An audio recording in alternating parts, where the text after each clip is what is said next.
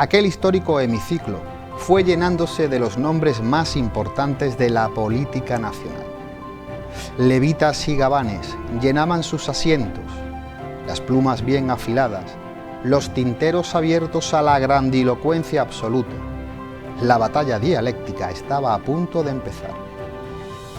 Y entre la semántica más selecta se encontraba un variado elenco digno de alabar, verbigracia de palabra pura y escogida, epigramas bien oportunos y medidos, parlamentarios de briosa elocuencia, defendían desde su atalaya sus posiciones políticas, y contemplé de cerca a Moret, de hermosa figura, elegante, conocido como el orador de las damas, aquel que dijo: y sobre todo, enseñad al pueblo a ser bastante enérgico y bastante seguro de sí mismo para afrontar el peligro.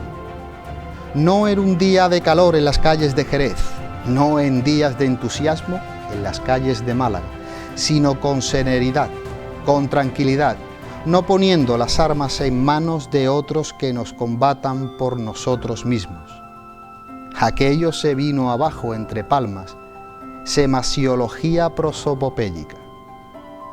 Aquel id y venid de giros y prontos, de palabras fáciles y abundantes, era música para los asistentes. Entonces, la figura de Posada Herrera, sofista político de circunstancias, dijo aquello de: si yo fuera hombre de violencia, si yo fuera hombre de dictadura, yo no me escondería detrás de otros para poder ejercer la violencia y la dictadura, sino que tendría, al menos, el valor de romper la Constitución con la punta de las bayonetas y arrojarla al pueblo, de pedazos a la cara. Escándalo en las gradas, pañuelos, se secan el sudor, mientras otros cargan escopetas dialécticas. Venga, que esto se anima. Y me parece recordar a Cañamaque definiendo a don Práxetes Mateo Sagasta. Me gustó aquello de que tenía siempre abrochado el ceñido chaquet, por cuyo bolsillo exterior asoma blanca como el calor del enemigo la punta del pañuelo. En el momento de hablar, desabrocha el casaquín, como si esta leve sujeción le estorbase para la lucha a florete parlamentario que se va a descargar sobre él, el que tiene enfrente. Su mirada parece tocada de imán y una sonrisa que parece una promesa. Y allá va el torrente impetuoso que todo lo inunda y destruye. Quizás en otro momento recordaremos a don Pi Margal o a Ruiz de Zorrilla, o a Cánovas del Castillo o a Olazaga. Hablaremos de don Nicolás Rivero o Estanislao Figueras, en fin, hombres políticos y menesteres de otro tiempo. Muy buenas noches a todos, mi nombre y quien os habla, Rafael Montaño García. Sean muy bienvenidos a Café de Levante. Y hoy en nuestro programa hablamos nuevamente de literatura, hablamos de historia, hablamos de libros, y para eso se encuentra con nosotros mi amigo Juan José García Rodríguez, escritor sanluqueño. Amigo Juan José, muy buenas noches y un placer tenerte en este rinconcito de cultura de esta Baja Andalucía. El placer es mío por haberme invitado y nada. Hablar de libros, que es lo que nos gusta, ¿no? Hablar de libros. Venga. Bueno, Juan José, hay una parte de tu vida que se ha dedicado a la enseñanza. Muchos de nosotros te hemos conocido como profesor, yo te tuve como profesor de dibujo en este caso. Sí. Pero otra parte de tu vida se ha dedicado a la literatura, a la escritura, a las letras, ¿no? Y yo me gustaría que ahondásemos más en esa segunda parte, ¿no? ¿Por qué nace esta vocación por las palabras, por la escritura y por la literatura? En realidad yo he hecho la vista atrás y he visto y me he dado cuenta, y cada vez aparecen más cosas, que he escrito siempre, ¿sabes? Lo de publicar fue ya después de jubilarme, ¿eh? Pero sí me ha gustado escribir siempre, la creación siempre. Y también hay una fase de mi vida que no estuvo en la enseñanza. Yo estuve, porque yo estudié Ingeniería Técnica Naval primero, y yo estuve en obras marítimas con con Dragado y Construcciones, hace un tiempo. Luego, por circunstancias,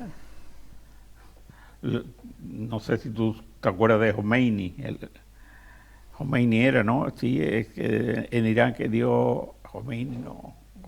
Bueno, que dio un golpe de estado allí. Eso. Sí, sí, sí que sí. Y ahí me quedé en un impasse.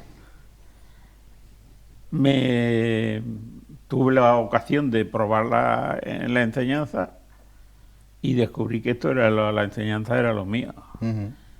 Como el dibujo técnico sí lo llevaba bien, hice las oposiciones y desde entonces me dediqué a la enseñanza hasta que me jubilé.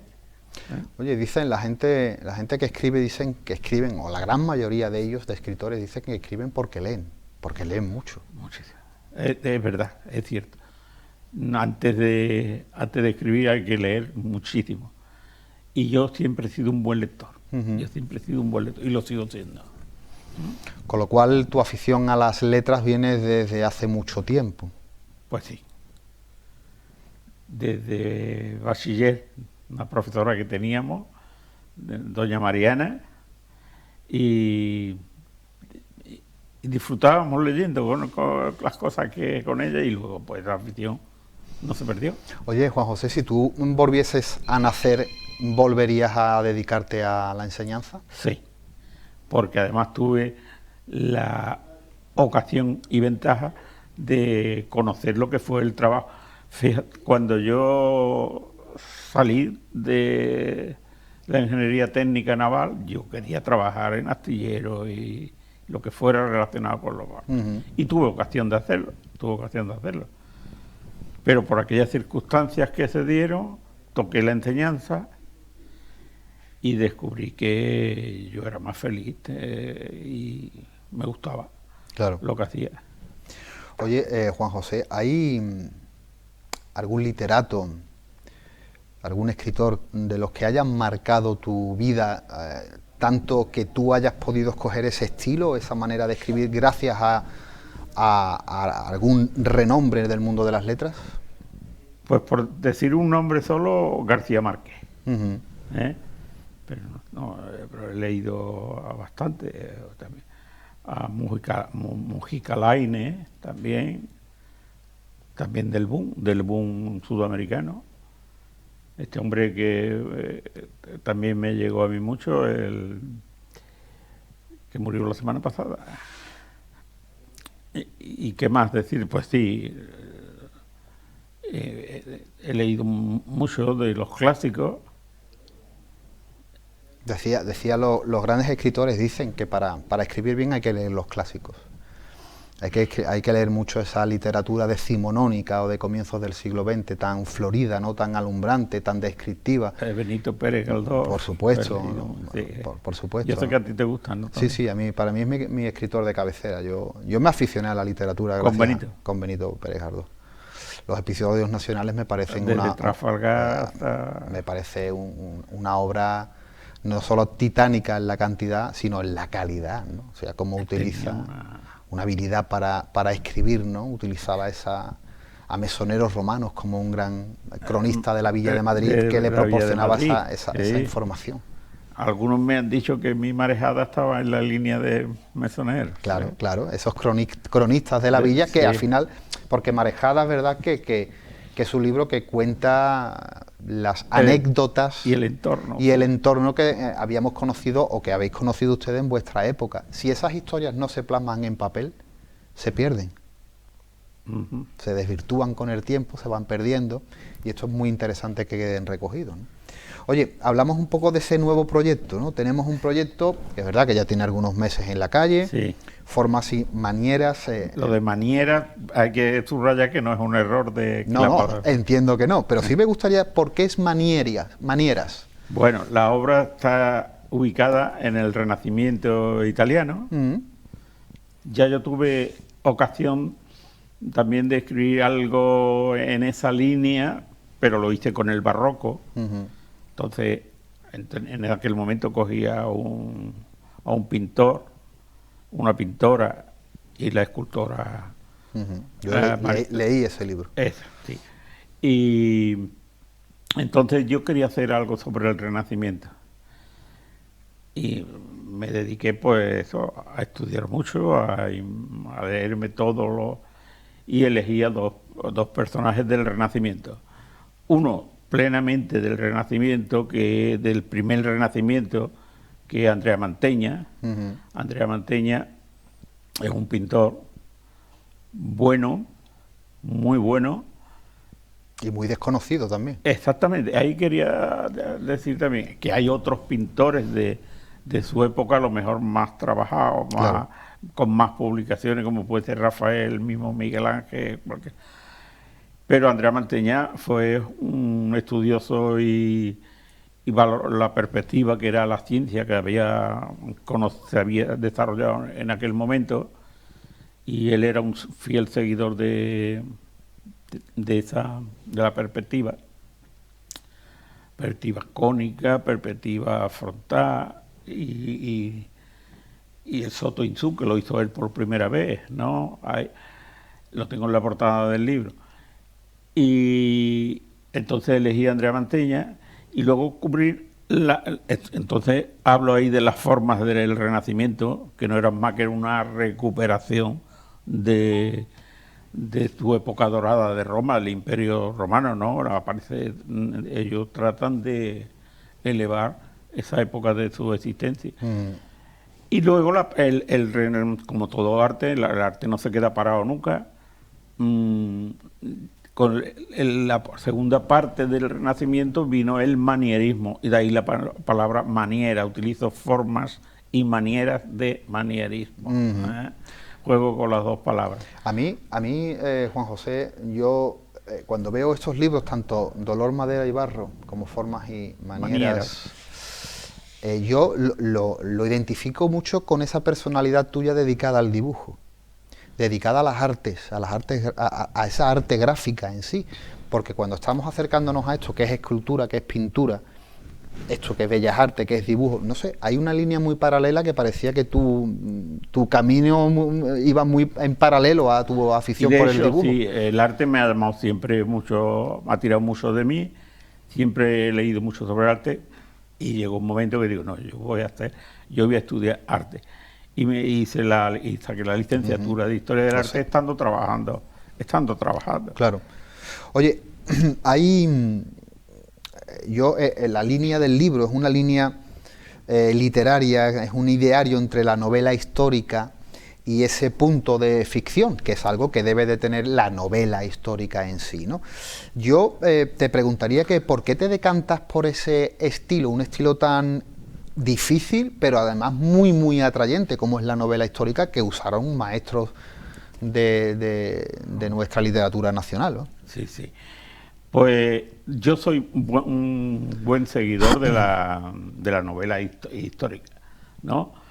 Y entonces, pues, eso, y que se une en mí lo de que me gusta el arte, porque sí, siempre me he inclinado por personajes relacionados con el mundo del arte. En este caso han sido Andrea Mantegna, que ocupa la primera parte del libro, y Benvenuto Cellini, que fue un orfebre y escultor muy bueno.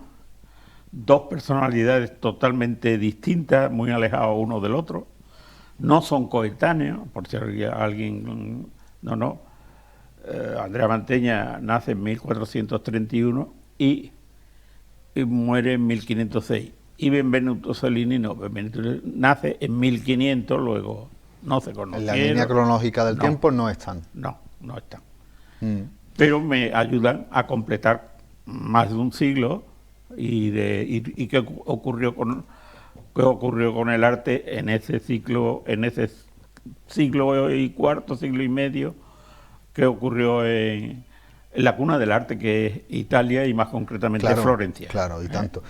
A mí, claro, cuando hablamos de esa novela histórica y hablamos de este libro, evidentemente a mí se me vino en su momento, bueno, pues está escribiendo, ha cogido dos personajes que no eran coetáneos, pero dos personajes de esa misma línea, de artistas de la Florencia del Renacimiento, y lo transforma en una novela, donde hay algo de real y Sí. algo de ficticio, Sí. que ahora lo vamos a ver. Pero sí, sí. es verdad que a mí me recuerda, por ejemplo, a esos Benito Pérez Galdós con O'Donnell, con Zumalcarregui, ¿no?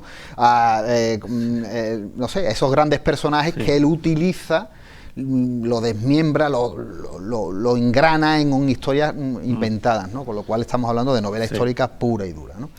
¿Qué hay de real en...? Eso he tenido ocasión de explicarlo. Todo lo referente a lo que salieron de las manos de su esas trabajo personas, artístico, ¿no? eso es real. Yo, al final del libro, La bibliografía. expongo la bibliografía que he utilizado, las fuentes donde he acudido. Claro, pero eso no se puede, en una novela, eso no se puede quedar, eso hay que interconectarlo, ¿no? Hay que ir con la vida real. Y para ello, por ejemplo, los tres amores que se dan en la novela, los tres amores que se dan, pues son pura ficción mía, ¿no? Me meto el primero de ellos, el de Andrea Mantegna con Nicolosia, que era a su vez hija de otro pintor veneciano, Jacopo Bellini, ¿eh?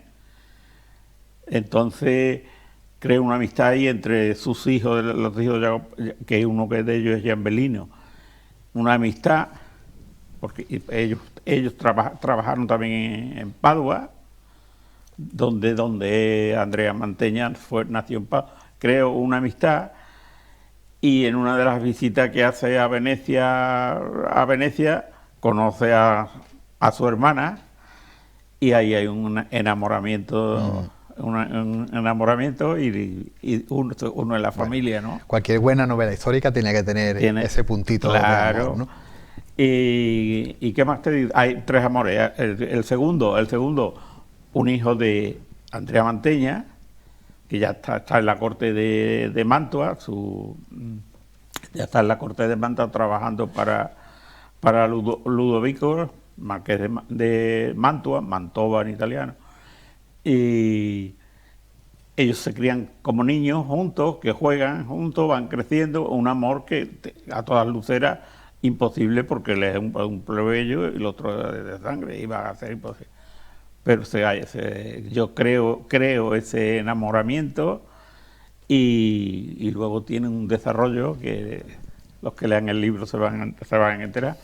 Y por último, el otro amor que aparece, el otro amor es el de Benvenuto Cellini, con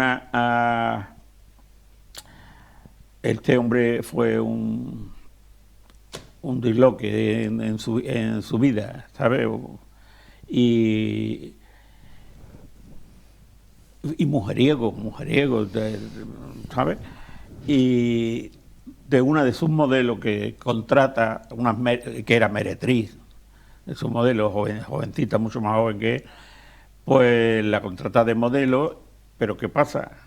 Que surge el amor entre ellos, primero el de ella hacia él, luego, y ese amor lo llevó también adelante. Hay un ayudante por medio también, hay hijos por medio, total que se resuelve todo felizmente al final. Eso es ficción, eso que te conté ahora mismo es ficción, eso forma parte de la novela. Pero sí te digo que todo lo demás que hay ahí, desde que un pudiente, un mecenas le contrata, le dice paga para lo que hacer quiere, un trabajo. todo eso está desgranado, y eso tiene su base real y está fundamentado. Claro. O sea, ¿sabes? Oye, el mundo artístico del Renacimiento, que daría para muchos libros, para muchos, y para y muchos programas, muchos, y se han escrito mucho, ¿no? Ese momento, ¿no?, donde se deja atrás la Edad Media, claro, donde se cambia, hay diversos paradigmas que se cambian, diversos valores y conceptos artísticos, ¿no? Yo sé que te has tenido que informar mucho para escribir Formas y Manieras, porque sí. necesitas una documentación estricta, rigurosa, histórica, para poder completar el libro, que hablaremos en la segunda parte del programa. Pero yo te preguntaría, ¿Qué influencias a ti particularmente te gustan más del Renacimiento? ¿Qué destacarías de esa época, Juan José? Aunque yo sé que es una pregunta muy extensa. Yo, si hay que, a ojos vistas altas, ¿no? Ese personaje que abre todas las puertas del arte, ese fue Miguel Ángel Buonarroti, ¿no? Y él es el que yo destacaría sobre todo, ¿eh? En pintura está Rafael también, y ese personaje, si tú me preguntas por uno, yo diría que, claro, pero de Miguel Ángel se ha escrito todo, de Miguel Ángel lo han hecho todo. Yo quería ir por otra parte. Además de leer, como tú has dicho, a mí me ha gustado pisar los lugares donde... Sí. Y mis viajes a Italia siempre han ido por ahí, ¿no? Incluso llegué a descubrir un pintor desconocido que nadie le había metido mano. Yo fui al Departamento de Arte de Sevilla, tienen una buena biblioteca sobre arte, y prácticamente no había nada de él. Y luego fui indagando, y en Siena, la Catedral de Siena, que es una catedral gótica, pero que tú pasas el portal de entrada y te encuentras con una serie de cosas, porque claro, estas catedrales no terminaban nunca, sino iban evolucionando, iban agregando y se iban haciendo cosas nuevas, ¿no? Bueno, pues allí hay un suelo, un piso de taraceas de mármol, donde está la Biblia. La Biblia está escrita en piedra. Intervinieron muchos a lo largo de muchos años. Y uno de ellos fue un tal Domenico Beccafumi. ¿Y este tío quién es? Tal y cual. Luego sigo averiguando y veo que hay unas esculturas de bronce allí, unos ángeles lampareros, que también él tuvo que ver. Y hay unas pinturas miguelangelescas, con mucho carácter, y son de él también. Y ese pintor no aparece por ningún sitio. Yo creo que es que... Y no aparece por y entonces lo hizo un personaje de mi libro. Claro, pero yo me imagino, ¿no?, esa Italia del Renacimiento, ¿no? Porque sería una olla a presión donde todos los artistas, no solamente italianos, sino realmente de los alrededores, iban a parar a donde era el núcleo de la cultura, como en Grecia y en Roma antiguamente, o sea, que estaban buscando, digamos que la matriz de donde estaba bulliendo toda la sociedad artística del momento, ¿no? Sí. Con lo cual, habría montones de personalidades que dejaron grandes trabajos pictóricos, escultóricos, de lo que quieras pensar, que se han quedado diluidos en el tiempo, claro, por la cantidad de personas que llegaron. Por la cantidad. Claro. Es que el arte era si nos centramos en Florencia, el arte no era solo una ocupación de los Médici, de los grandes señores, sino que el pueblo gustaba de participar de esas obras, ¿no? Sabemos que el David no fue creado para estar dentro de la academia, sino se hizo para estar a pie de calle, ¿eh? Claro. Entonces todo el pueblo estaba orgulloso. Los grandes señores, las grandes casas competían en tener a los mejores pintores, mejores arquitectos, competían en hacer lo suyo. Y de hecho hasta lo confrontaban, ¿no? Sí, había esa rivalidad, ¿no? Había rivalidad, sí. Por ejemplo, la puerta del baptisterio de la Catedral de Florencia, hubo un concurso para ver quién hacía esas puertas y participaron los mejores. Y Brunelleschi, uno de los que participó, era orfebre también Brunelleschi, no le eligieron al hombre. Entonces, ¿qué pasó? Ese hombre se quedó con esta cosita. Por aquel entonces la catedral gótica de Florencia todavía no se había terminado. Y no se había terminado porque no había tecnología en la época para hacer la cúpula. Y este Brunelleschi, después de esa mala noticia que recibe, que no lo eligen a él, se va a Roma y está 2 años en Roma estudiando el Panteón romano, que tiene una cúpula, que aquello es milagroso, de cómo pudieron hacer esa cúpula. Y él la estudia a fondo, y él a los 5 años, creo, ¿no? Sí, vuelve a Florencia y se atreve con... Pero es interesante eso que cuentas, porque bueno, veníamos del gótico, ¿no? Veníamos del gótico. Con lo cual en el gótico se habían construido las grandes catedrales mundiales que veíamos por el centro, por centro Europa, con un trabajo de cálculo y un trabajo que hoy día se sigue asombrando, ¿no? Sí, pero la catedral de Florencia ya no tiene arbotantes, ya no tiene los muros que tenían. Es una cosa nueva que había. Sí, que era un modelo nuevo de construcción, los arbotantes estos que aguantaban, sí, ¿no? Un poco la... Sí. Y aparte la luz de que tenía la cúpula esa no había existido nunca. Claro. Y entonces no es que no había tecnología para hacer aquello. Entonces este hombre estudia el Panteón y escapa y la termina y está todavía allí en pie, ¿no? Claro. Entonces por eso se dice que esa cúpula es el inicio de las puertas del Renacimiento, ¿no? Esta cúpula de Florencia. Pues Juan José, vamos a pasar unos momentos a publicidad y retomamos Formas y Manieras y el resto de libros que tenemos. Manieras. Bueno, es complicado. Es fácil equivocarte, pero sí. Vamos, creo que lo he dicho bien, manieras. Pero ya se pone uno ya en la pista, ¿no? De qué va la cosa. Pasamos unos momentitos a publicidad y arrancamos nuevamente. Amigos de Café de Levante, unos minutos y volvemos. Hola, soy López Fernández, de mayor diseñador gráfico. Cuando resulta difícil hablar de arte, llega Juan José y se inventa un nuevo procedimiento: conocer las obras a través de la vida de sus autores. Ya hizo sus pinitos con dolor, madera y barro, y ahora lo vuelve a hacer con este libro que hoy presenta. Formas y Manieras es una historia del arte a través de sus protagonistas. Tras su lectura, Mantegna y Cellini quedan como amigos nuestros porque Juan José los hace asequibles a través de sus aventuras y desventuras vitales en aquella época renacentista.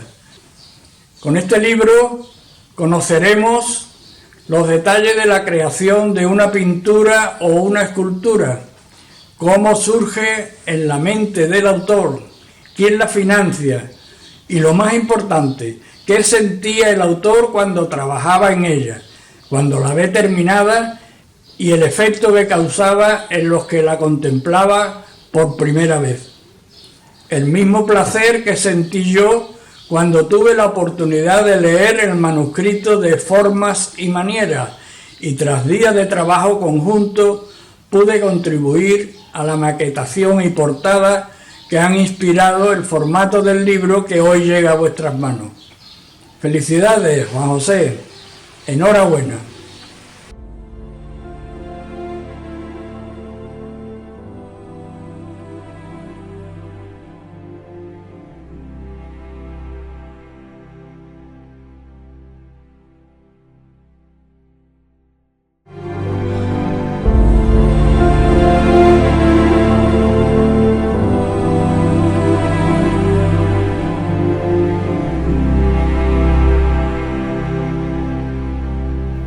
Amigos de Café de Levante, amigos de Costa Noroeste Televisión, seguimos hablando con Juan José García Rodríguez de su última obra y de las que vamos a tocar, que tenemos aquí encima de la mesa, obras pasadas, en este caso Formas y Manieras. Nos hemos quedado hablando un poquito de esa novela histórica, ¿no? Se me viene a la cabeza Walter Scott, ¿no? Como gran maestro, iniciador de esa novela histórica, porque al final es una novela que tiene esos ingredientes de costumbrismo, de popular, religioso, ¿no? Donde se aprenden cosas, ¿no? Donde se aprenden muchas cosas, ¿no? España fue un gran creador de esa novela histórica. Se me vienen a la cabeza, como hemos hablado, de Benito Pérez Galdós o Charles Dickens, ¿no? ¿Tú crees que ese concepto de literatura, de novela histórica, es la más adecuada para el trabajo que has hecho? Para poder introducir los personajes y que sea algo fácil de leer y que aparte sea algo que puedas aprender. Y eso, que haya verdad, que haya mucha verdad. Antes me ha preguntado de algún escritor, y pues hay un escritor todavía vivo, él, premio Nobel, Orhan Pamuk, el turco, que a mí me encanta, me encanta lo que escribe y cómo escribe. Y él da las claves en esta cita que yo he puesto en el libro, al principio he puesto una cita de él, y la voy a leer. Dice: el arte de la novela se basa en la habilidad para escribir el relato de nuestras propias vivencias como si fueran las de los otros, y para escribir el relato de las vivencias de otros como si fueran nuestras. Es decir, cuando se produce esa comunicación, es cuando la novela, pues dice tú, pues todo pudo haber sucedido, ¿no? Yo hablo ahí de una escena en Venecia que cuando llega Andrea Mantegna, que tiene un juicio allí, y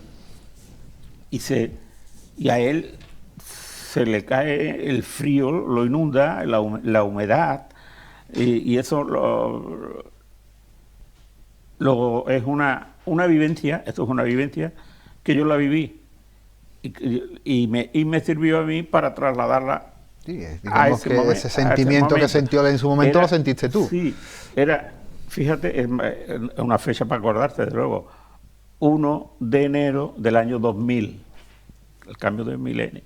Estaba yo por la mañana en Venecia, y eso sí, había una niebla pegada ahí, una humedad, un frío húmedo. Pues las vivencias propias tú las trasladas luego, claro, al libro, o claro, cuando entra la embajada el duque de Mantua entra en Florencia en una visita, yo la adorno, decoro o la retrato con unos hombres que iban con unas banderas que las tiraban al aire y luego las recogían. Bueno, pues casualmente eso lo vi yo en Roma, una vez, había, no sé, porque eran de distintas regiones que venían vestidos de época y hacían ese malabares con las banderas. Sí, algo tradicional que se había hecho desde el siglo XVI. Claro, y siguiendo en esa onda, la segunda parte del libro, el Cinquecento, que lleva por nombre,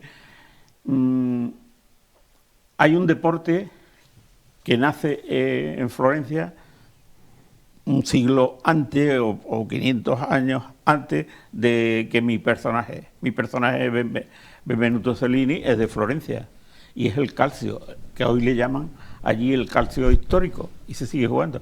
Es la base del fútbol. Sí, ahí se dan de torta. Es un deporte tremendamente violento. Tremendamente violento. Y mira que en mi último viaje a Florencia, el libro ya estaba escrito, pero yo me tuve que empapar de lo que era el calcio, porque digo yo, bueno, pues esto me puede servir para ambientar a mí, y la introducción de la segunda parte es con una partida de calcio, y donde Benvenuto Cellini lo hago jugador de Es interesante porque lo que dice Juan José, para los que no conozcan, es verdad que los comienzos de ese deporte del fútbol puede venir relacionado con el calcio, ¿no? Que es un deporte que se usaba en la Italia de la época, que podéis buscar en YouTube. Y yo me he visto muchos partidos. Hay partidos de calcio, pero es un partido donde disputan el balón, pero vale todo tipo de golpes. Tiene sus reglas. Tiene sus reglas, pero bueno, sí, pero se calzan unas importantes. Sí, pero por ejemplo, los enfrentamientos tienen siempre de uno contra uno. ahora que este se puede cansar y puede venir otro, ¿sabes? Y sí, es una mezcla de rugby en la que están metidos los golpes, los bloqueos y todas esas cosas. Puñetazos.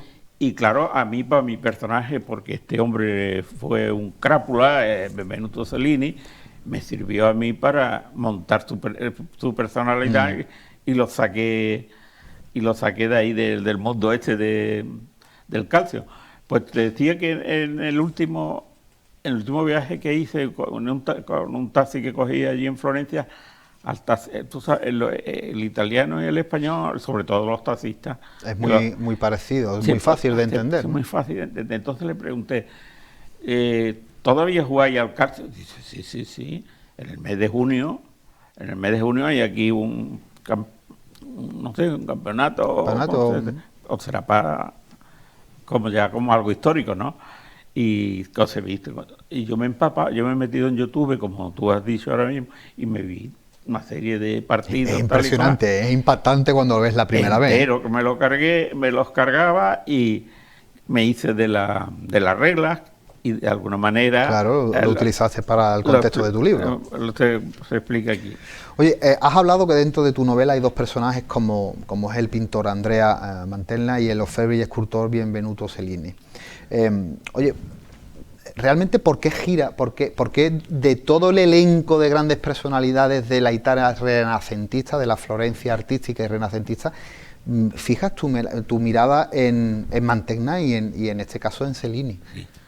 Ya hemos apuntado antes que yo quería salir un poco de lo que fue Miguel Ángel, que hay mucho escrito, se sabe mucho, de pintores como Rafael y otros, que aunque todos ellos aparecen en el libro también, claro. Yo no podía aislar mis personajes, no los puedo aislar de lo que ya había, ¿no?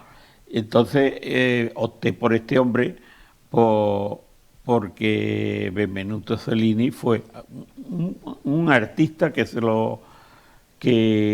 a pesar de la personalidad que tenía y demás, fue un creador como nadie. Primero en orfebre, y además a él se lo rifaron los papas, querían a él. El rey Francisco I de Francia se lo llevó 4 años a trabajar con él a Francia. Y ya el emperador Carlos V, que también le dedico un capítulo a él, y al saco de Roma. El saco de Roma, habrás oído hablar, el saqueo de Roma, que era que ocurrió con las huestes del emperador Carlos, ¿no? Los mercenarios que ellos llevaban tardaban en cobrar y ellos quisieron cobrar por su cuenta y saquearon Roma, ¿no? Claro. Y aquello fue muy grave. Entonces, a cada capítulo lo encabezo con una fecha y el tema que voy a tratar, de vuelta a Roma a la sombra de Clemente VII, ¿no? Pues así eso está uniformado en el libro. Está cronológicamente... O sea, que cito una fecha y el dato que queremos contar. Decía Ramón Asquerino en su prólogo, sí. Decía, además, bullen otros importantes creadores coetáneos que ayudan a comprender este despertar de las artes emergido del aletargamiento de una larga y sumergida Edad Media. Donatello, Bellini, Durero, Botticelli, Leonardo, Miguel Ángel, Torrigiano, Giuliano Romano, Pontorno, Beccafumi, etcétera, Alberti, Pirro, maestros renacentistas como un mar meridiano que en marejada aspiran a una bahía en estas amenas páginas. O sea, Asquerino veía ese elenco, ¿no?, de grandes Eso yo no artistas. puedo aislar a mis personajes, claro. y salen y aparecen esos otros que tú has citado, aparecen por ahí del libro. Y otra cosa que eso está hecho, lo he pretendido, digo yo, a ver qué obra hay de estos autores, qué obra tenemos en España. Bien poco tenemos, pero digo, pero lo que tengamos lo voy a meter aquí en el libro, ¿eh? Por ejemplo, de Pietro Torrellano hay aquí en Sevilla una escultura en terracota de tamaño natural de un San Jerónimo, y está en el Museo de Bellas Artes. Bueno, pues este es un personaje también fue un crápula bueno.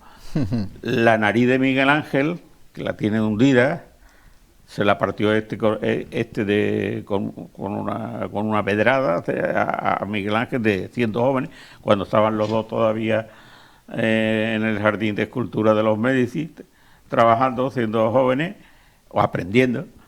Y ese aparece otra vez, luego aparece en la segunda parte que se cruza con Benvenuto Cellini. Bueno, pues ese personaje lo traigo a mis libros. ¿Por qué? Porque la obra está aquí en Sevilla. Claro. Lo hago.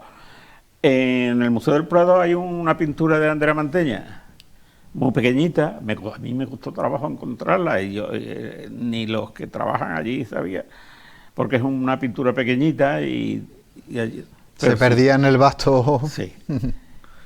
Allí donde están las pinturas del Bosco y Bruegel, por allí está Andrea Manteña, una pintura que también me sirve para explicar un poco aquí la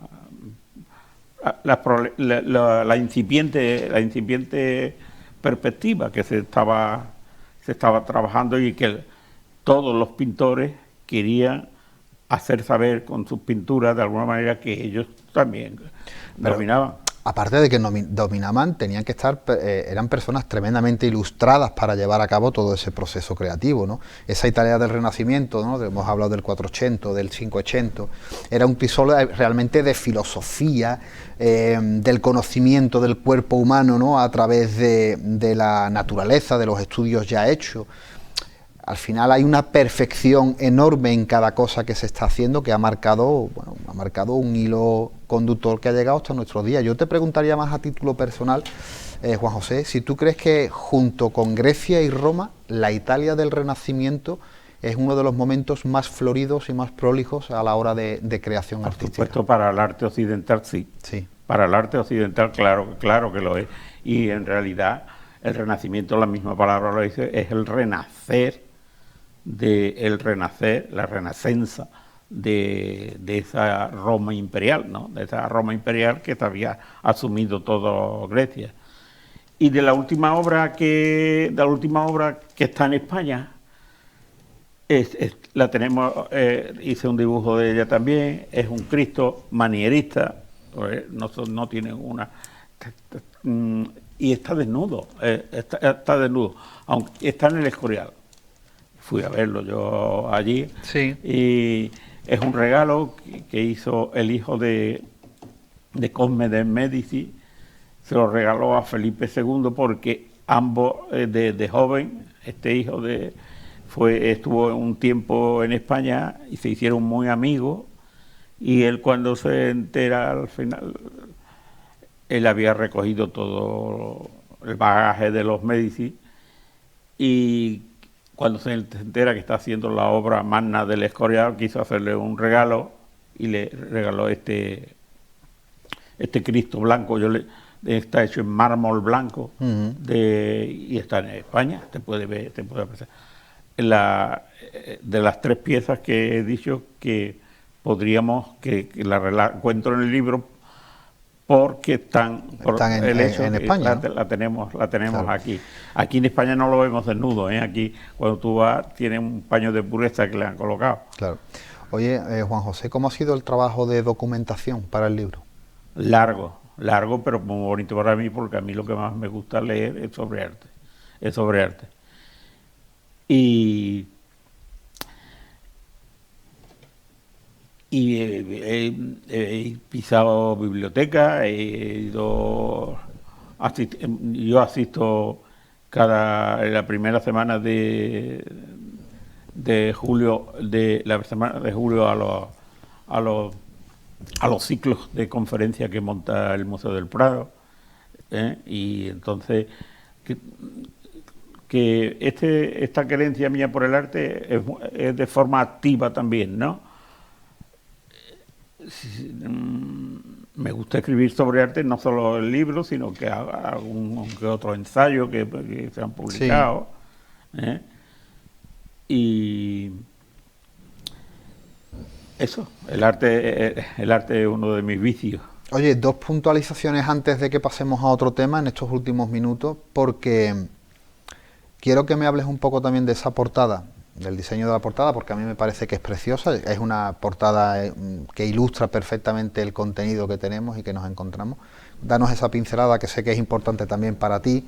Sí. Y también es importante que el libro no solamente está el texto que podemos leer, sino que está sazonado, que está enriquecido por una serie de dibujos, como has enseñado, que forman parte de tu colección y que has metido también aquí. Tocamos esos 2 temas y pasamos a otra cosita. Sí. Bueno, mis 3 libros, la maquetación de mis 3 libros la hizo este amigo mío, José Antonio López. Una persona singular y volcado en estos temas del diseño y maquetación. Pues, como tú has dicho, la portada está conjugando las 2 partes del libro. La obra del Perseo de Benvenuto Cellini en bronce, que está allí, todo el mundo lo puede ver en Florencia porque está allí, y el techo de la cámara pista, salón pintado, ¿no? La traducción, que fue el inicio de este libro. Y estamos conjugando muy bien el libro, la portada, ¿verdad? Sí, los colores sí. muy atractivos, todo muy cálido. A José Antonio lo quise yo llevar a la presentación del libro, pero él ya con su enfermedad no podía. Entonces le pedí, digo, pues grábame algo que yo lo pongo allí tal y cual, y él hizo una valoración de la obra, del libro, sí, una valoración de 1 minuto, 2 minutos y medio dura, y la expuse allí el día de la presentación.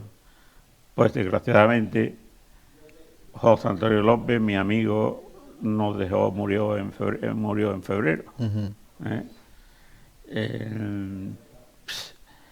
A mí, como homenaje y como recordatorio, me gustaría que lo hiciera constar tú de alguna manera. Que lo hiciera, perdón. Constar. Sí, hombre, por supuesto que sí. Por eso te lo he preguntado, porque sé que para ti era importante, sí. y es importante, era una persona querida para ti, y además que te ha ayudado, ¿no?, a la elaboración también de tus portadas, y por eso. Sí, él hizo la maquetación de los 3 libros. Por eso. Oye, dentro de otros trabajos que tenemos encima de la mesa, hablamos de Marejada, que ya estuviste aquí hablando en su momento de ese libro. Yo Marejada, está Marejada, Dolor, Madera y Barro. ¿Qué sientes como escritor cuando miras hacia atrás y ves tus antiguos hijos? Porque al final son hijos nacidos de ti, claro. Sí, pues a mí me gusta releer lo que ya hice, ¿sí? me gusta releerlo. Naturalmente, todo el que lee algo siempre ahora dice, yo hubiera dicho esto. Cambiado esto, ¿no? Sí, esto, bueno, tú eres escritor, tú has publicado, y cada vez que te metes en el libro seguramente sí, que hay cosas que no te gustan, ¿no? O que cambiaría. Que lo cambiaría de alguna manera, ¿no? Sí.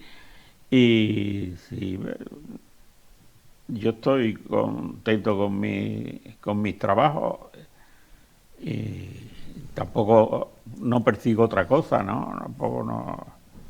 Oye, Marejada, yo creo que Marejada quizás es el libro más íntimo, ¿no? Más íntimo. Es un libro que yo lo definiría como abrir de par en par la ropería de tu intimidad, ¿no?, de tus sentimientos, porque es un libro tremendamente íntimo, ¿no? Es como una poesía bien, ¿no?, narrada, ¿no? ¿Consideras que este libro es realmente lo más íntimo que has podido escribir, y totalmente se separa totalmente de las líneas que tenemos encima? Y yo te digo, no. ¿No? No. cosas más íntimas hay. ¿Sí? Sí, y he prometido, no publicarla y no la publicaré. Pero entonces, actualmente publicado, sí, lo que tenemos es Marejadas. Sí. Eso, algunos amigos que sí lo conocen. El libro se titula, lo voy a decir aquí como una anécdota, pero el libro no va a ver nunca la luz. El libro está hecho, y se llama 1000 cartas de amor. 1000 cartas de amor. Y claro, son muy íntimas, son cartas que yo hice en su momento, que me escribieron a mí, y está recogido ahí. También tiene dibujos. Uh-huh. Y algunos me pinchan, pero yo no, porque prometí no hacerlo y no lo voy a hacer. Oye, Juan José, eres catedrático de dibujo y licenciado en Historia de Arte, ¿no? Yo te preguntaría, y también a título personal o a puerta gallola, como me gusta a mí decirle, ¿no? ¿Cómo consideras los conceptos del arte que estamos viviendo en este siglo XXI? El arte es producto ahora de la globalización que ya... Antes todo estaba muy compartimentado en el tiempo y la distancia, pero hoy no hay ni tiempo y la distancia ya no existe. Entonces el arte camina por distintos espacios al mismo tiempo, y lo que es arte es una lectura que cada uno hacemos, que a algunos no les gustarán o preferirán una cosa, preferirán otra cosa, pero el arte tiene un proceso, todo el arte tiene un proceso creativo que hay que valorarlo. Yo estoy de acuerdo de que los tiempos cambian y el arte, por supuesto, se adapta, ¿no?, a esos tiempos que van cambiando. La gente también cambia, los conceptos del arte también cambian, pero yo siempre me hago una misma pregunta. Cuando vemos esa Roma, esa Florencia del Renacimiento, cuando vemos la Europa, ¿no?, de aquella época, ¿no?, incluso las construcciones del 17, del 18, del 19, ¿no?, que enriquecieron a nuestras ciudades con grandes palacetes, con grandes villas, con grandes caserones, ¿no?, con una arquitectura muy rica, muy detallista, ¿no? Cuando vemos ese minimalismo que nos ha llevado a todo, ¿no?, y vemos el empobrecimiento que tienen nuestras ciudades, porque eso es un empobrecimiento desde mi punto de vista, en el sentido de que nuestras ciudades, cuando pasen 40 años y si se pierda lo poco que tenemos, vamos a perder el concepto realmente de ciudad acogedora, ¿no? No vemos esas ciudades, esas grandes mansiones, esas grandes o pequeñas casas muy decoradas, muy adornadas, ¿no? Hoy tenemos muchos métodos importantes de construcción que nos facilitaría todo hacer todo eso, pero en cambio estamos por paredes lisas, por mucho hormigón, desde la Bauhaus, con lo cual eso está empobreciendo nuestras ciudades. Pero es que eso está pasando con el arte también. Vemos la pintura costumbrista, ¿no?, la pintura de la escuela sevillana del 19, ¿no?, que es tan rica, que es tan poderosa, con esos mimbres del populismo, de la gitanería, de la tasca, del mundo taurino. Esos cuadros se han ido perdiendo y ahora vemos otro tipo de pintura totalmente conceptual. Porque de alguna manera, lo que pasa es que ante todo era más lento. De alguna manera el manierismo hace lo mismo con el arte que se venía haciendo, sí, solapa, ¿no?, en Florencia. A eso es que los artistas llegan a un momento en que no quieres ser repetitivo, no quieres repetir lo que ya han hecho otros. Y una forma, las formas que luego derivan en las manieras de esculturas como el mismo Miguel Ángel hace primero una Pietà, un Baco, un David, que es una obra realista, con una magnitud, pero él mismo es el que hace el techo de la Sistina, donde hay un atlas de anatomía, donde ya los cuerpos dejan de ser pierden ese academicismo, esos canon, ese canon. Que venía de Grecia y de Roma. El mismo Miguel Ángel ya lo abandona, si te digo. Y se va moviendo y llegamos a algunos manierismos ya lo llaman como el proto-barroco. Claro. Y pero eso, entonces los tiempos juegan ocurrían de otra manera, más lento. Ahora no.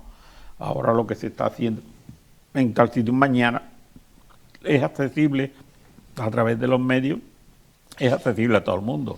Y el artista quiere hacer algo diferente, algo que no haya hecho otro. Yo es que particularmente veo que este modernismo, ¿no?, que nos atañe en las artes, nos ha separado totalmente y de alguna forma de la perfección, de la simetría, del realismo, ¿no? Y bueno, hay gente que le puede gustar y otra gente que no. Esto es como todo, pero sí es verdad que la belleza que hoy sigue admirándonos siglos atrás. Lo que es arte siempre será arte. No sé si ese trasfondo, lo que tú has visto, por ejemplo, en esa Florencia renacentista, lo van a ver dentro de 4 siglos de lo que dejemos ahora, o lo van a tratar igual como lo estamos tratando nosotros ahora. No sé si me explico, con el paso del tiempo. Oye, para ir... Pues tendríamos que vivir un siglo más para no saberlo.